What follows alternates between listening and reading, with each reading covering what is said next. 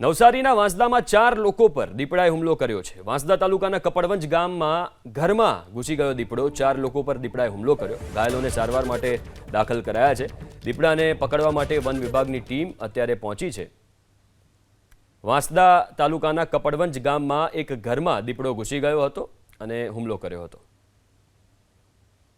આજરોજ વાંસદા પૂર્વ રેન્જના કપડવંજ ગામે વન્યપ્રાણી દીપડા દ્વારા માનવ ઈજા પહોંચાડવાના બનાવ બનેલ છે, જેમાં વન્યપ્રાણી દીપડાને પાંજરે પૂરવાની કવાયત હાથ ધરવામાં આવેલી છે અને જે ઘરમાં ઘૂસેલ છે તે ઘરમાં એને કેદ કરી દેવામાં આવેલ છે। વાંસદા તાલુકાના કપડવંજ ગામમાં એક ઘરમાં દીપડો ઘૂસી ગયો હતો અને હુમલો કર્યો હતો।